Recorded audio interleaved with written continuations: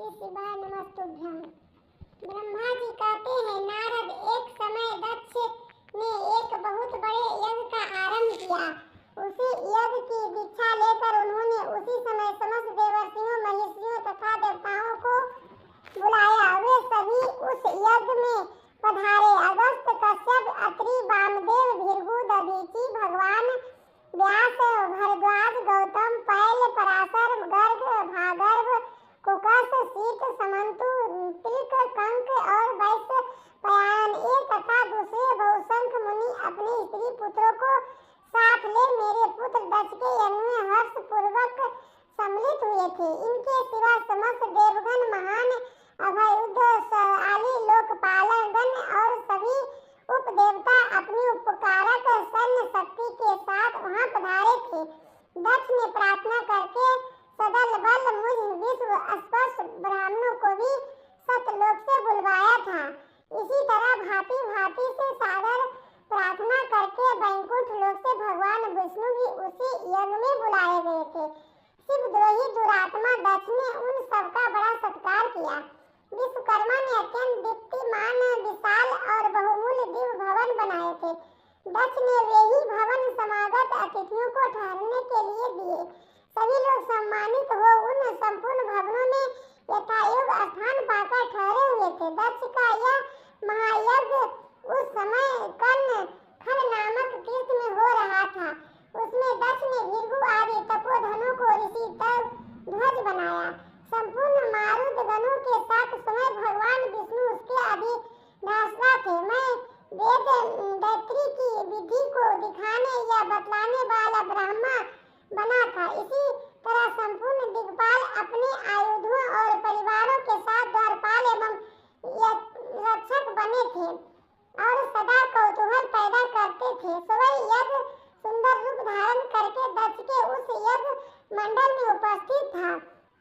महामुनियों ने शेष सभी महिषी स्वयं वेदों के धारण करने वाले हुए थे। अग्नि ने भी उस यज्ञ महोत्सव में शीघ्र ही हविष ग्रहण करके लिए अपने सहस्त्र रूप प्रकट किए थे।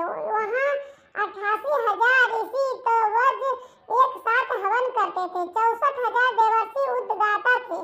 अर्ध बहु एवं होता भी उतने ही थे। नारद आदि देवर्षि और सप्तऋषि पृथक पृथक गाथा गान कर रहे थे। दक्ष ने अपने उस महायज्ञों में गंधर्वों, विद्याधरों, सिद्धों, बराह आदित्यों, उनके गणों, यज्ञों तथा नाग लोक में विचरने वाला समस्त नागों का भी बहुत बड़ी संख्या में वरण किया था। महिषी, राजसी और देवर्षियों के समुदाय तथा बहुसंख्याएं नरेश भी उसमें आमंत्रित थे, जो अपने मित्रों, मंत्रियों तथा सेनाओं के साथ आए थे। यजमान दक्ष ने उसी यज्ञ में वसु आदि समस्त गण देवताओं का भी वरण किया था। वैकुंठ और मंगलचार करके जब दक्ष ने यज्ञ की दीक्षा ली तथा जब उनके लिए बारंबार स्वादिष्ट वाचन किया जाने लगा, तब वे अपनी पत्नी के साथ बड़ी शोभा पाने लगे।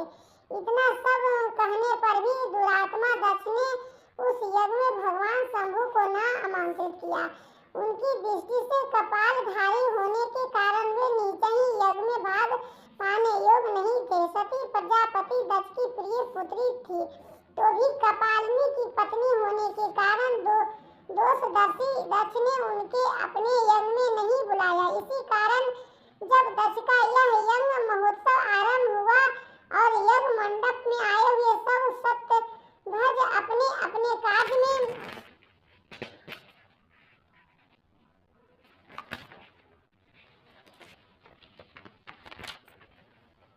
संलग्न हो गए। उसी समय वहां भगवान शंकर को उपस्थित ना देख शिव भक्त दधीचि का चित्त अत्यंत उद्गदित हो उठा और वे यो बोले। दधीचि ने कहा, मुख देवताओं तथा महेश्वरी, आप सब लोग प्रशंसा पूर्वक मेरी बात सुने। इसी यज्ञ महोत्सव में भगवान शंकर नहीं आए, इसका क्या कारण है?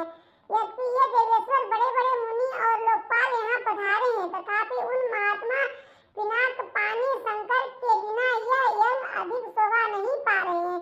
बड़े बड़े विद्वान कहते हैं कि मंगलमय भगवान शिव की कृपा दृष्टि से ही समस्त मंगल कार्य संपन्न होते हैं। जिनका ऐसा प्रभाव है वे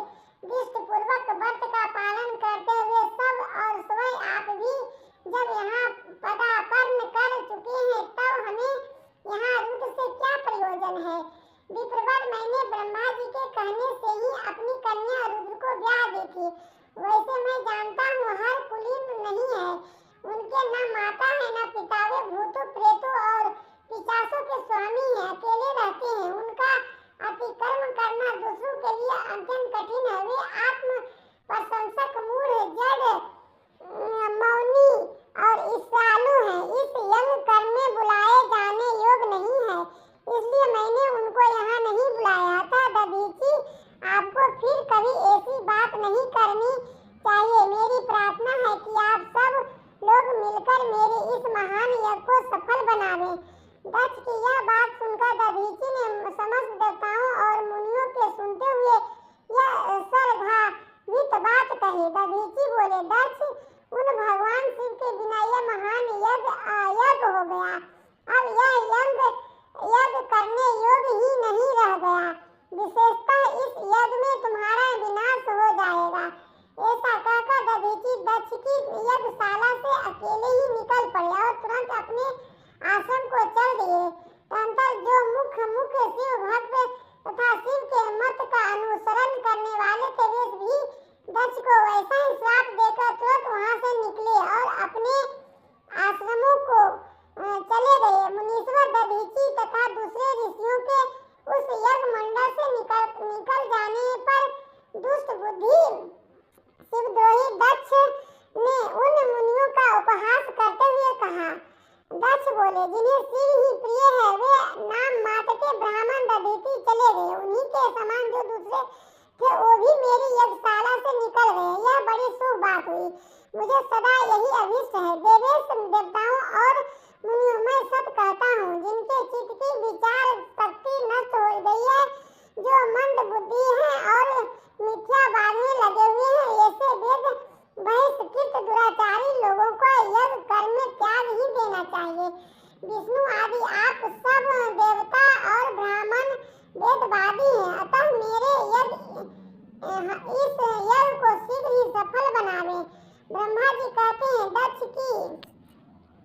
दक्ष की यह बात सुनकर शिव की माया से मोहित हुए समस्त देवर्षि उसी यज्ञ में देवताओं का पूजन और हवन करने लगे। मुनीश्वर नारद इसी प्रकार उस यज्ञ को जो श्राप मिला उसका वर्णन किया गया। अब यज्ञ की विध्वंस की घटनाओं को बता